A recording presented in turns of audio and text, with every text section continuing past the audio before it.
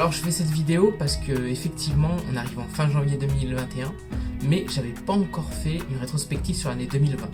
Donc j'ai commencé l'année 2020 en rencontrant des gens incroyables qui m'ont fait découvrir les restaurants de Toronto.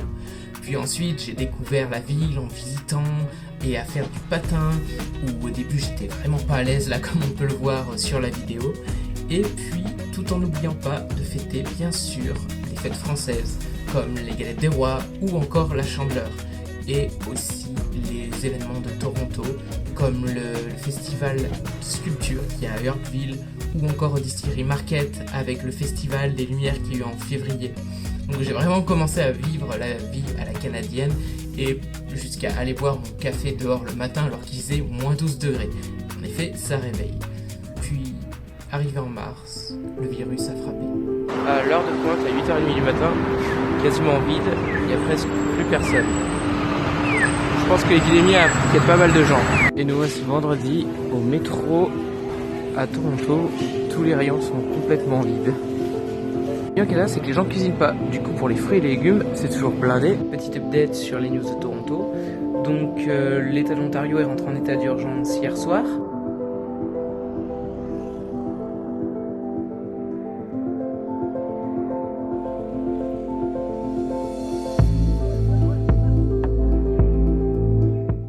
Et là, tout notre mode de vie s'est mis à changer.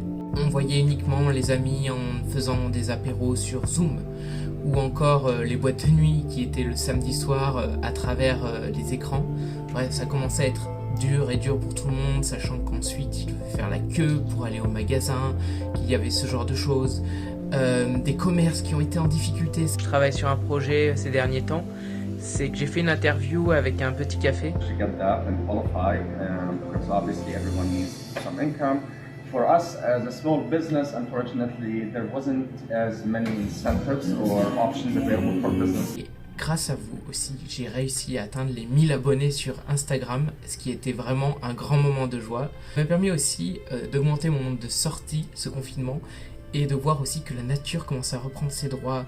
Donc j'ai vu plein d'animaux pendant ce confinement, jusque des renards. Et enfin, les beaux jours sont arrivés avec des balades en vélo. Pendant le Canada Day, j'ai rencontré des super personnes avec lesquelles j'ai pu faire du jet ski par exemple, m'ont fait découvrir leur culture et également j'ai fait découvrir la mienne puisqu'on était au mois de juillet et qu'il y avait le 14 juillet. Et vu que tous les événements étaient allumés, j'ai décidé de faire mon propre feu d'artifice avec plusieurs personnes.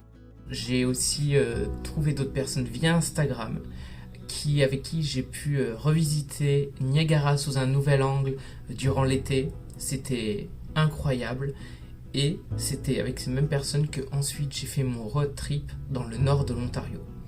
Donc c'était vraiment absolument magnifique, on a visité plein de parcs, ça a été vraiment très intense. J'ai pu faire de l'avion avec une pilote qui est belge et qui nous a fait un vol au-dessus de Tobermory. Et c'était vraiment quelque chose de magique. On a eu des groupes français qui nous fait organiser un tournoi de pétanque. Donc c'était vraiment sympa, ça rappelait vraiment l'ambiance dans le sud de la France. Et je suis ensuite allé expérimenter pour la première fois le cottage au Canada. Donc j'ai fait cottage à Tobermory, dans lequel je me suis rendu compte que les lacs étaient très froids. Et puis je suis retourné en cottage à Niagara, parce qu'on était en confinement depuis un moment à Toronto, avec interdiction d'aller les uns chez les autres. Donc avec une bande d'amis, on a décidé de se rejoindre. Donc j'ai vraiment eu une année 2020 qui était pleine d'expériences formidables. J'ai fait énormément de rencontres malgré les conditions qu'il y a eu et j'ai hâte de voir ce que me réserve 2021.